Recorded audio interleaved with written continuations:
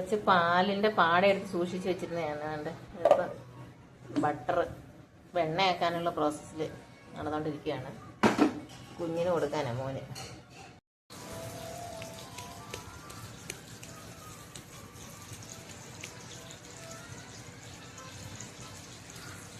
ഉണ്ണിക്കണ്ണന് നല്ല വെണ്ണ.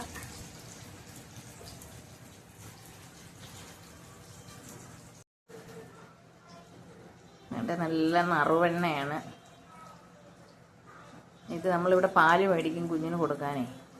ഒറിജിനൽ പാല് നമ്മളവിടെ യാദവരുടെ അടുത്ത് പോയി ഇത് നല്ല പാല്, വെള്ളമൊന്നും ചേർക്കാം, നമ്മുടെ പാത്രത്തിലോട്ട് തന്നെ അവർ കറന്ന് തരും നമുക്ക് നല്ല പാല്.